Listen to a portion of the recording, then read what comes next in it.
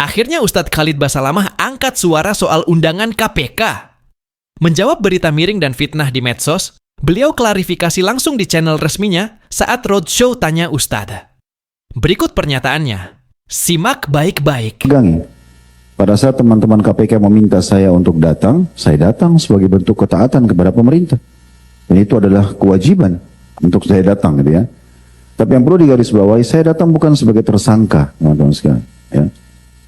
Kalau tersangka bukan begitu modelnya. Antum sudah tahu pakai baju apa di KPK kan? Kalau tersangka, saya nggak ada foto di situ, saya nggak ada statement di situ. Saya diundang untuk datang dan saya warga Indonesia yang patuh. Apalagi konsep kita patuh kepada pemerintah, kita datang, gitu kan? Apa yang mereka butuhkan informasi kami sampaikan. Sebatas itu.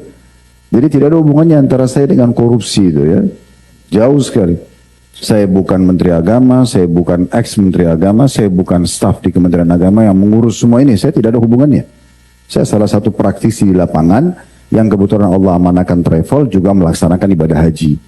Jadi teman-teman di sana membutuhkan informasi itu. Saya waktu diundang saya tanya ya, kepada penyidiknya, saya ini tersangka. Oh enggak, bukan Ustaz.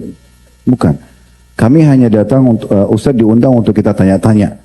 Ya, mungkin ada yang butuh disampaikan persaksian atau apa yang diketahui tentang masalah haji dan kuotanya. Oke? Kami dukung apapun itu sifatnya, kan gitu. Sebagai warga negara yang baik, kita harus dukung program-program pemerintah, kan gitu. Kita dukung apapun sifatnya, apa yang bisa saya bantu silakan saya sampaikan. Makanya kan statement yang benar itu adalah memang kami membantu para penyelidik itu untuk menyampaikan. Dan bukan cuma saya, banyak orang yang diundang gitu ya. Cuma mungkin Allahu a'lam kenapa nama Khalid Basalamah ini kalau sudah naik di media luar biasa seperti gula dan madu gitu ya. Terjual sekali itu. Sudah ada yang buat karikatur seperti saya sudah diborgol, ada yang ini dan itu. Ya ini kebodohan gitu ya. Sebenarnya tidak seperti itu. Satu sisi juga teman-teman sekalian, kita ini satu negara, satu bangsa. Kita ini kayak bersaudara, ya. Sehatnya satu rumah tangga itu di saat orang tua berhasil membina anak-anaknya, saudara dengan saudaranya saling sayang dan menghormati. Kan harusnya begitu. Kita kan harus saling menyayangi, sama-sama warga negara gitu ya. Salah satu bentuknya adalah kalau ada program-program yang baik, teman kita atau saudara kita sebangsa negara, terlepas daripada seagama, sebangsa aja gitu kan. Karena kita memang Bhinneka Tunggal Ika. Oke, apapun yang positif kita dukung. Kalau ada sesuatu yang salah kita ingatkan dan kita luruskan. Saya yakin KPK dibentuk memang untuk tujuan yang baik untuk negara kita. Kita berikan dukungan, ya kan?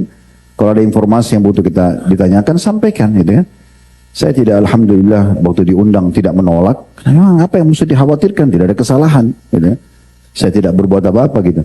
Kecuali saya memang terlibat di pemerintahan, kemudian memang pernah ya ada tanda tangan palsu atau apa, Allahu a'lam. Tapi ini alhamdulillah tidak pernah. Saya di kantor sendiri, di usaha sendiri, ya semua itu juga bergerak alhamdulillah dengan rezeki yang halal, tidak ada sesuatu yang dikhawatirkan. Jadi saya mengajak teman-teman sekalian, kita ini lebih dewasa dalam menanggapi masalah ini. Dan saya sekaligus juga mengingatkan teman-teman di media, kita lebih baik profesional, ya. Jangan hanya penting tanda kutip terjual beritanya, sehingga mengangkat judul-judul yang mengkritik supaya orang mau baca. Akhirnya banyak yang nonton, ini nggak benar. Itu nggak profesional namanya. Harusnya tulis yang benar apa adanya gitu ya. Supaya nanti informasi yang sampai ke masyarakat itu bentuknya edukasi dan informasi yang benar. Nah itu yang benar. Kalau hanya provokatif untuk apa gitu kan? Supaya sesama warga negara saling menyerang. Ini rapuh sekali kalau ada orang dari negara lain mau masuk ke negara kita kondisi begini, ini rapuh sekali. Karena mudah sekali kita provokasikan satu sama yang lain ya. Sama warga negara itu terjadi waktu Belanda dulu masuk menjajah kita. Karena mudah sekali kita diprovokasi. Kita harusnya kokoh, kita kuat dalam masalah seperti ini. Jadi ingat, setiap ada informasi teman-teman sekalian sampai, Allah sudah sebutkan dalam surah Al-Hujurat. Ya alladzina amanu in ja'akum fasiqun binaba'in fatabayyanu an tusibu qauman bijahalatin fatusbihu ala ma fa'altum nadimin.